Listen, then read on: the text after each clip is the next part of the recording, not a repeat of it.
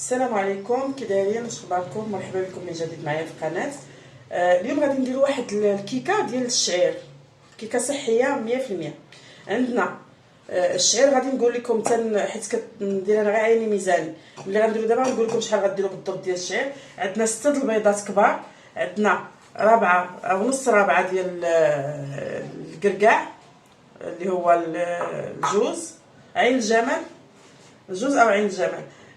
هذا اختياري، هذا عندي سكينجبير معسل. درتو غطستو في الماء طايب باش نحيد منه داك السكر، داك الحلاوه ديالو. هذا اختياري ماشي ضروري، يعني غير لقيتو عندي تقدروا تعوضوه بالزبيب. عندي قشيره الحامض محكوكه. عندي 4 ديال البنانات، تقدروا ديروا 2 تقدروا ديروا 3، انا هاد 4 بقاو عندي غادي يطيبوا دغيا، اللهم نديرهم في كيكه.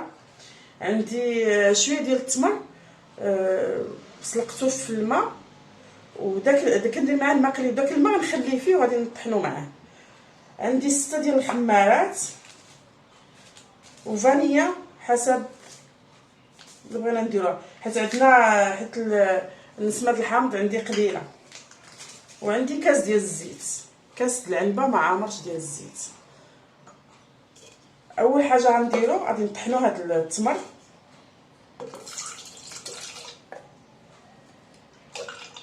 داك الماء اللي سلقناه فيه باش يتحل يجينا رطب، ما يبقاش قاصح. البنانات طبعا غاسلينهم، غنحيدو هاد الجهه اللي طايبه.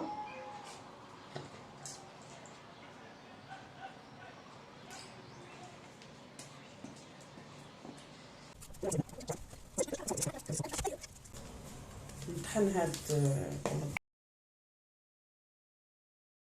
لا غادي نجيبو هاد التمر اللي طحناه هو البنان.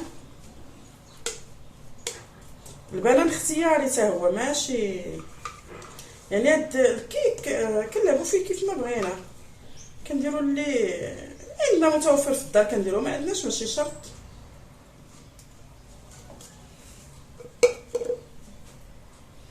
غندير معلقه ديال القرفه،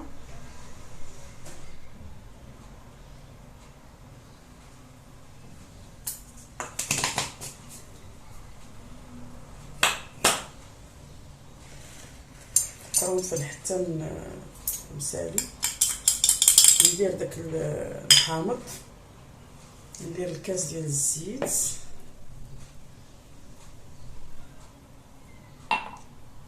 نزيد ديك الفاني،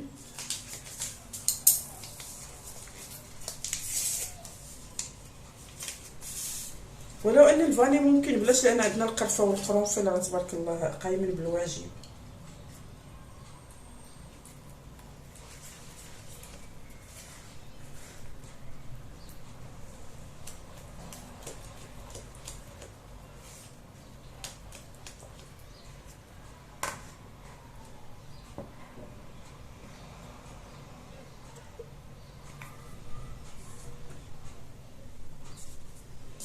هادو غنخليهم حتى للتالي، هما وديك المعلقه ديال القرنفل. نزيد البيض، بسم الله.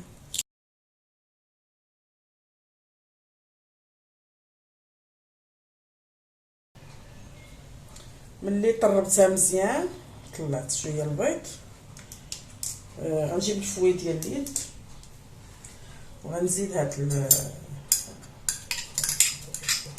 السكينجبير معسل. كما قلت لكم راه اختياري، راه ماشي ضروري. ديك المعلقه ديال القرنفل وهاد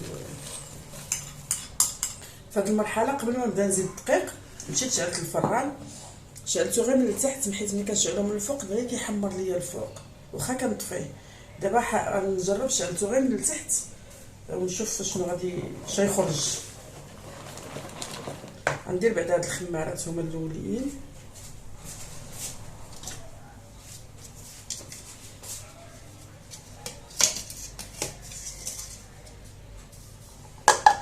ست الخمارات قلنا عندنا هنا.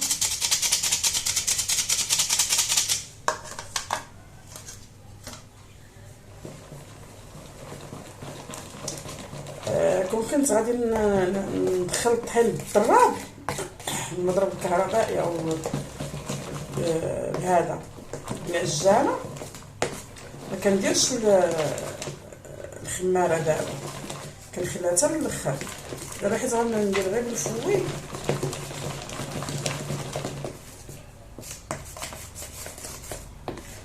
نشوفوا شحال غندخلوا فيها ديال الدقيق. هاد المكيال كيكون ما عامرش كيعطيني قياس، ها هو ما عامرش هكا، هذا قياس كاس العنبه.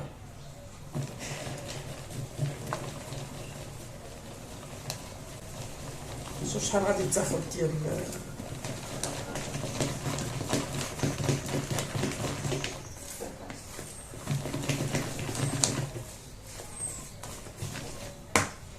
كاس اخر. هي ما كتكونش ثقيله، هذه كتكون خفيفه. كاس اخر، ها كاس الثاني نخلطو.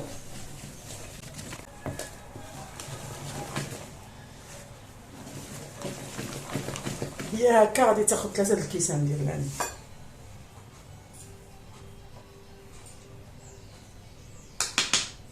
الكاس الثالث راه ما كنديروش مره واحده، غنديرو القيس.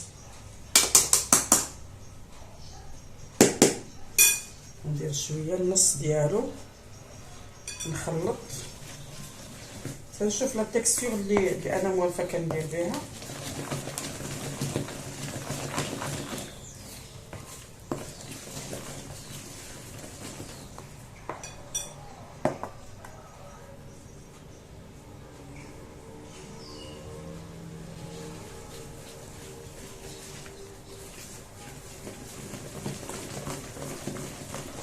واخا تشوفوا هكا هي راه ما قاصحاش، راه خفيفه. ها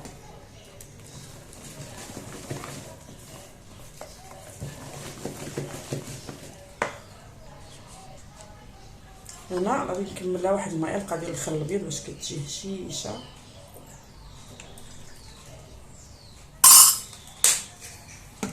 صافي نقلب مزيان ندخلها.